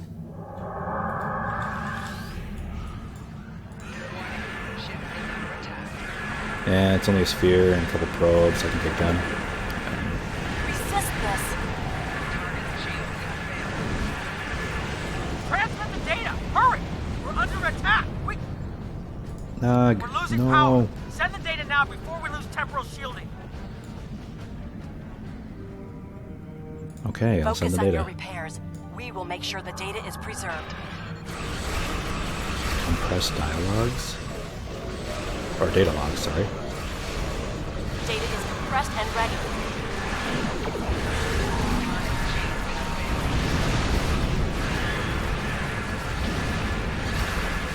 Alright, let's get some fleets going here. Let's get some gravity well. Oop, it died right as I did it.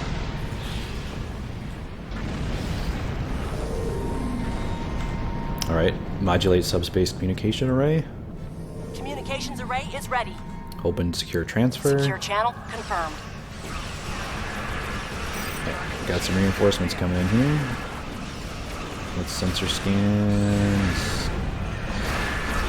Got 6 seconds left on my Delta reinforcements. I'd like to use them. Alright, send data to the ship. Data received. I'm running the numbers now. If we target the Borg transwarp network, the Borg may never be able to reach Romulus. It is a great risk. The Borg have a great deal of influence on the timeline, and there is no time to run simulations. Yeah. Do we have a choice? We do not. Okay, let's see if we can... Targeting the transwarp network. Fire the weapon, now!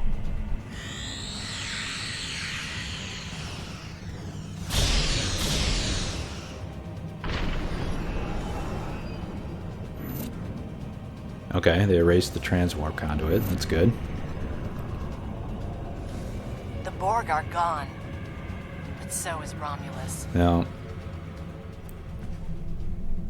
Romulus isn't the only thing we lost. Temporal shielding is failing. What happened? The Borg did too much damage to the generators. If we lose the temporal shielding, we'll all reintegrate with the timeline. Has anything else changed? Checking. No. The Tutarians. They're gone. What? How? I see the crap. problem. 20 years ago, your people tried to replicate the work of the Solanae to protect themselves from the Borg. In this timeline, they failed. Temporal shield is at 8%. Uh-oh. No, I need to restabilize the shields. I'm downloading my personal files into the shielded core. You'll have all my research notes and everything we've recorded from this mission. You're giving up? When the shield fails, if the Tutarians were lost in the past, then you'll be lost too. Temporal shield is losing integrity. Is there anything we can do? No, we all knew the risks. I love... Aw. Oh, that's something similar to what happened to Anorax. He lost his wife or something on a colony and was trying to get her back, and yeah. That's what happens when you screw with time. Well, there's been a development, Captain. Captain Nog, Commander Jarek, and Krenim researchers are waiting for you in the conference room. So the temporal shield failed. Okay, I'll meet them there. The temporal shield failed. We were, apparently, I guess, we were integrated back into the timeline?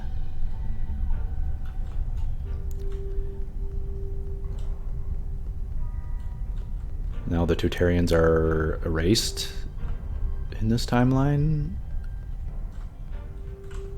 Do we remember anything? What's going on here? Let's talk to Nog. We found a temporally shielded computer core, and it shows 2 uses of the Krenim weapon. But as far as I know, the Iconians are still out there. We changed the timeline, but we didn't fix our most important problem. Yeah, okay, so we apparently don't remember, but the core did make it. Where did they find the core? Okay. How different is the world now? We won't be sure until we finish analyzing the data, but the Krenim weapon was used twice. I remember being on the bridge of the Krenim ship and seeing a readout with a far lower power reserve than had just been there a moment before. I'm sure you had a similar situation. I remember being on the Krenim ship and seeing a readout with a far lower power reserve than had been there.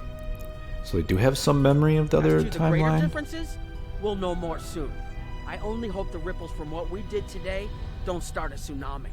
I agree. We found a temporally shielded computer core, and it shows 2 uses of the Krenim weapon. Oh, yeah, But okay. as far as I know, the Iconians are still out. We haven't dug that far into the data yet, and it will take some in-depth investigation to catalog all of the changes.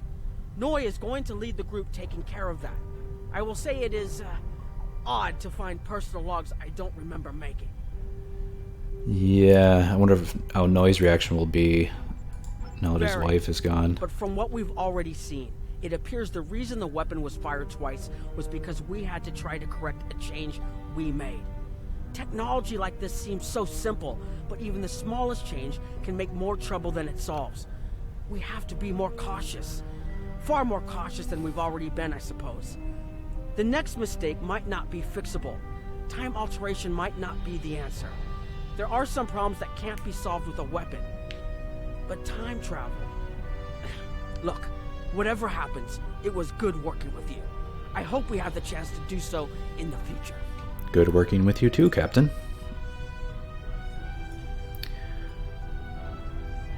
So... looks like the timeline is pretty much back where it was, except for the loss of the Tutarians. Let's talk to Jarek. We've put so much hope into using the Krenim technology to solve our problems. Perhaps I was caught up in the possibilities and blind to the potential for disaster. We tried and we failed. But this isn't the end. We'll keep looking at the simulations as well as any other option open to us. I have to have faith that we will find a way to defeat the Iconians. We'll discover what happened and move on from there. That's all we can do.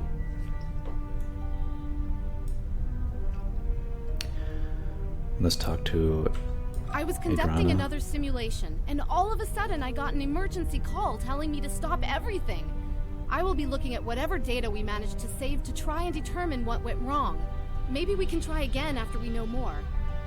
I hope we find something. We can't afford another incident like It has that, been good that's to for have sure. you here. But we will have to consider if time alteration is really the best course of action. Of all the records we have of time travel, few have as drastic a result as this. Perhaps removing elements from the time stream isn't the solution we need. Okay, well, looks like they're starting to have second thoughts here about using this. Let's see how the Krenim feel. Let's talk to Noi. I have a lot of information to analyze. The shielded core appears to have made it through the process intact, and will give us a wealth of data on the timeline and how the changes have affected it. Clearly, you made a mistake somewhere. Okay. I still feel this is the best technology available to us, but we will need minds sufficient to the task to operate it. Yeah, it sounds like a Krenim. Blame it all on the lowly humans here. Butterfly complete. Okay. Sir, I'm concerned about using time travel to solve the Iconian situation, but it's one of the only options we have that they don't. Hope whatever the Alliance decides to do, we don't end up with a worse situation than we're already in. Are you ready to transport? Okay. Wow.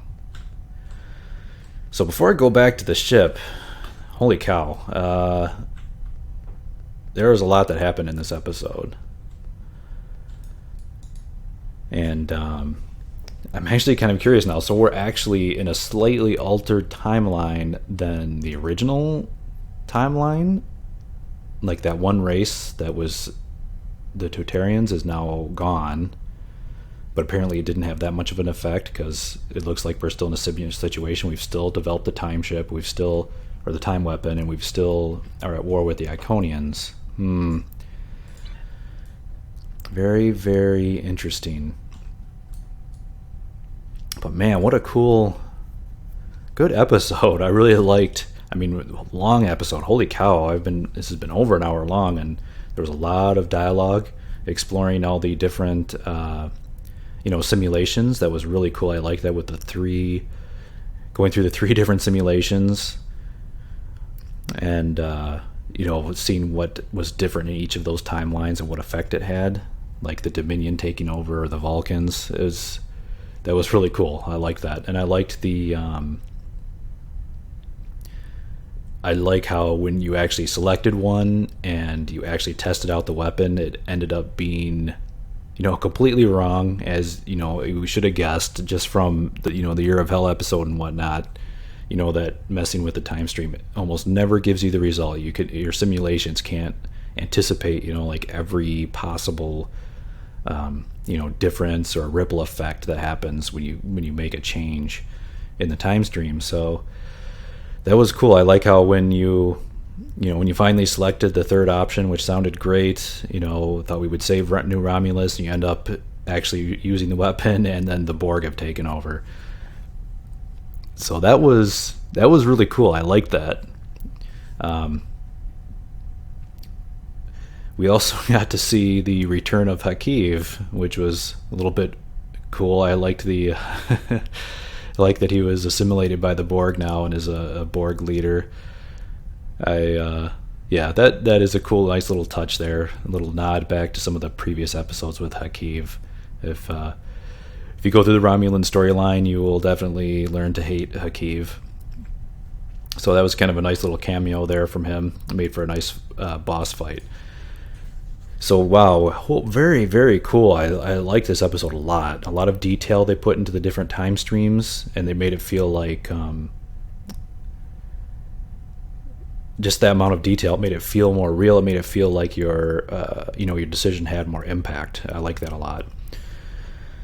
As far as the actual mechanics, the gameplay, it was pretty good as well. I'd say the space combat was extremely easy. There was mostly just spheres and probes and one cube.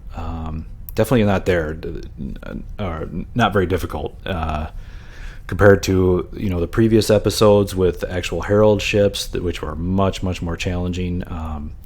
So I would say a little bit easy on the space combat side. Not much there. The ground combat was pretty good. It was back to your typical, Borg combat. You've fought Borg for many years now, so it's pretty familiar. If you do this episode again, you might want to take the the Omega armor if you have the Omega set, the Mako set. I think also I don't have the Omega set, but I believe it also has it. But if you have the set, you get the auto resequencing on your weapons, so you don't have to use the resequencer. So I definitely say use that set of armor if you have it for this mission, because you will be fighting the Borg that adapt. But otherwise, the ground combat I would say was a little better than the space combat, with the highlight being the Hakiv boss fight. I really liked that.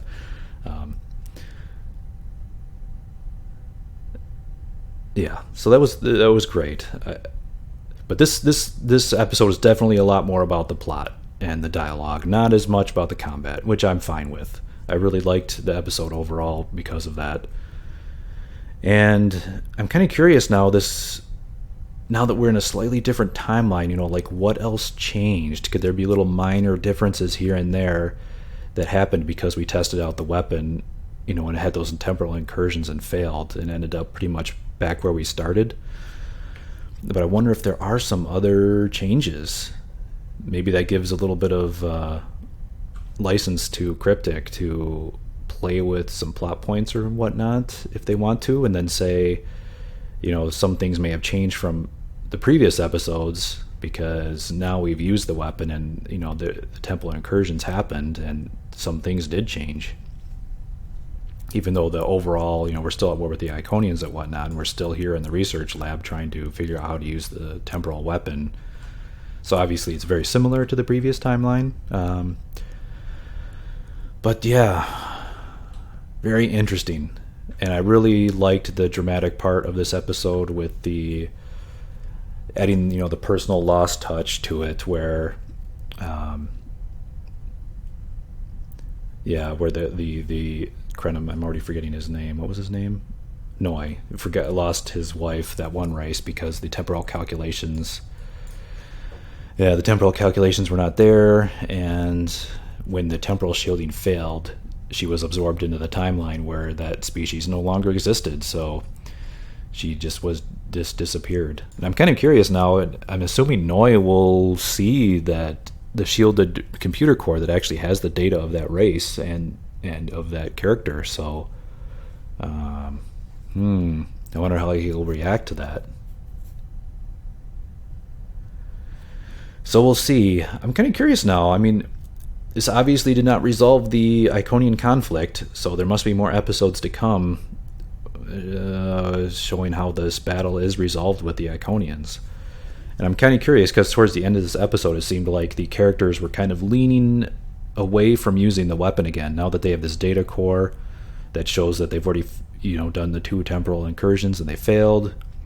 This is kind of making them think twice about this being the the sort of the cure-all solution to the Iconian War. But then again, maybe the data core will have some useful information that they can use to try an incursion again. Maybe that will be the way they go. Maybe a smaller incursion. It seems like if you try to do anything too big, the butterfly effect happens, and then the ripples are massive in the time stream. Maybe just some tiny small thing they can change that would actually make a big impact. Wow. So yeah, wow. I really, really liked this episode. A lot of content, a lot of dialogue. Not the greatest on the combat side, but it served its purpose, and it had a really fun boss fight with Hakiv. So yeah, awesome episode, guys. Definitely check this out, play it, get the reward. Oh, let me get the reward here. That's right, I wanted to... Let's go ahead and beam up, turn this in, and take a look at the reward. And I want to see if I can take a look at the set bonus. I'm glad I remembered.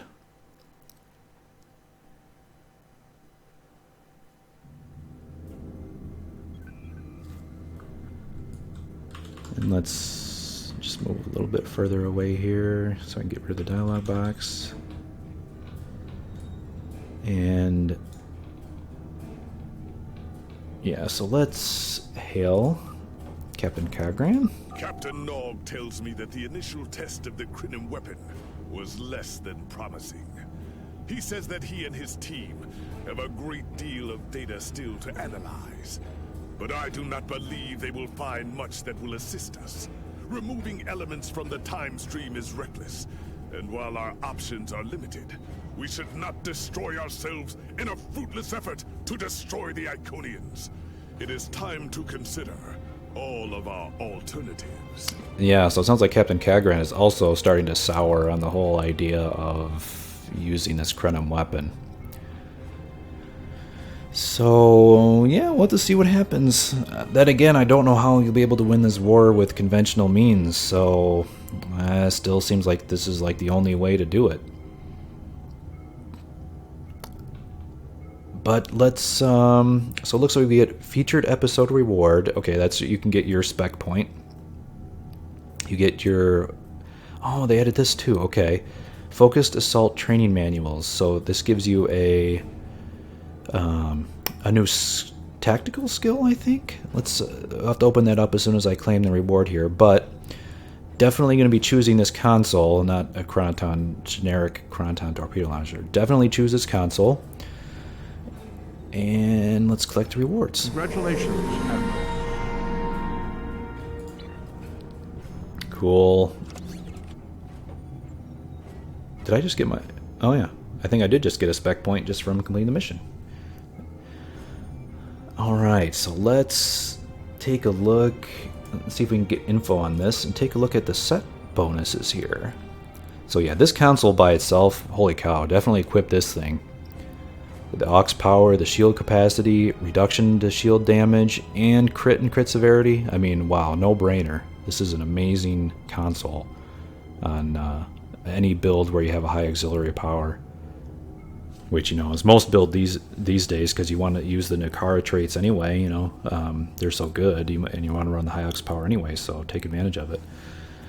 So let's see what the set bonuses are here. So if you use 2-piece set bonus, you get 13.3% Tetrion damage. Unless that is Category 2, not super impressive. That's just a Category 1 bonus of 13%. Not that impressive. Not even, you know, that's like a third of a tactical console if it's just Category 1. If it's Category 2, that is pretty sizable, actually. That could be good.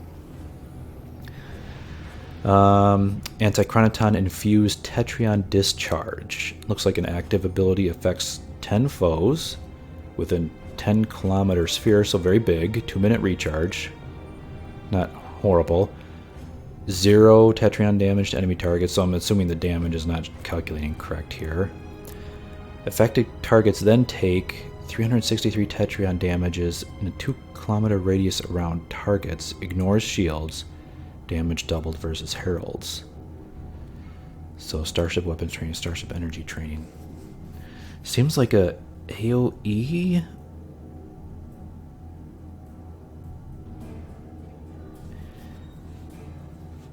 So it goes out to the enemy targets and then expands to within 2 kilometers around each of those targets? Not quite sure how that works. That's not a very clear description. Okay, but definitely a more Tetrion focused set if you want like your Tetrion energy type. This could be a good set for you. Depends all on how good this ability is, how it scales, and how it actually works. But 10-kilometer radius, that is a big area of effect, so it could be good. But otherwise, just equipping this console, definitely worth it, even if you don't go for the set bonuses. And let's take a look at the Focused Assault Training Manuals. Let's open this up. Okay, it gives you a tier 1, 2, and 3. And let's get info here. Alright, Focused Assault pinpoints a critical vulnerability in your foe's systems. Allied ships which attack the target gain a short duration buff to their accuracy and damage. This buff is refreshed by continually attacking the target. Interesting. So target's foe. Oh wait, Focused Assault's recharge time is reduced by 50% if it activates on a target. If it is active when the target dies. Interesting. That's kind of cool. So if you put it on something, it dies. It refreshes the recharge time by half. Could be very nice. 20 max. Not sure what that means. Target's foe, 10-kilometer range, 2-minute recharge. So if the foe dies, it go down to a minute then right away. Is that how it works? For the next 20 seconds, allies attacking the target gain 10% bonus damage for 3 seconds and 10% accuracy for 3 seconds. If that's Category 2, that could be quite good. Reduced recharge time on this copy of Focus Assault by 50% if the target dies. Interesting. And it says you can refresh it just by keeping attacking, so you could keep that 10% bonus going the whole time. That's pretty cool. I kind of like that. So it's like, if you all focus on that target, everyone hitting that target, even say like, for example, like the crystalline entity or something, put that on there. For 20 seconds, it's pretty much giving everyone hitting the crystalline entity a 10% damage buff for 20 seconds. That's pretty good. I'll have to definitely test this thing out and see how it actually does. Now, if it's only a Category 1, not that big, but I'm guessing it's Category 2. We'll see, though. Have to see how the math on this thing works out. Oh, so wow, good rewards. And a great episode, good rewards. Holy cow. Definitely kudos to Cryptic on this one. Excellent rewards and a very, very cool episode. I liked it a lot. Alright, that's it for the episode Butterfly, everyone. Thank you very much for watching. I hope you enjoyed it. And bye for now.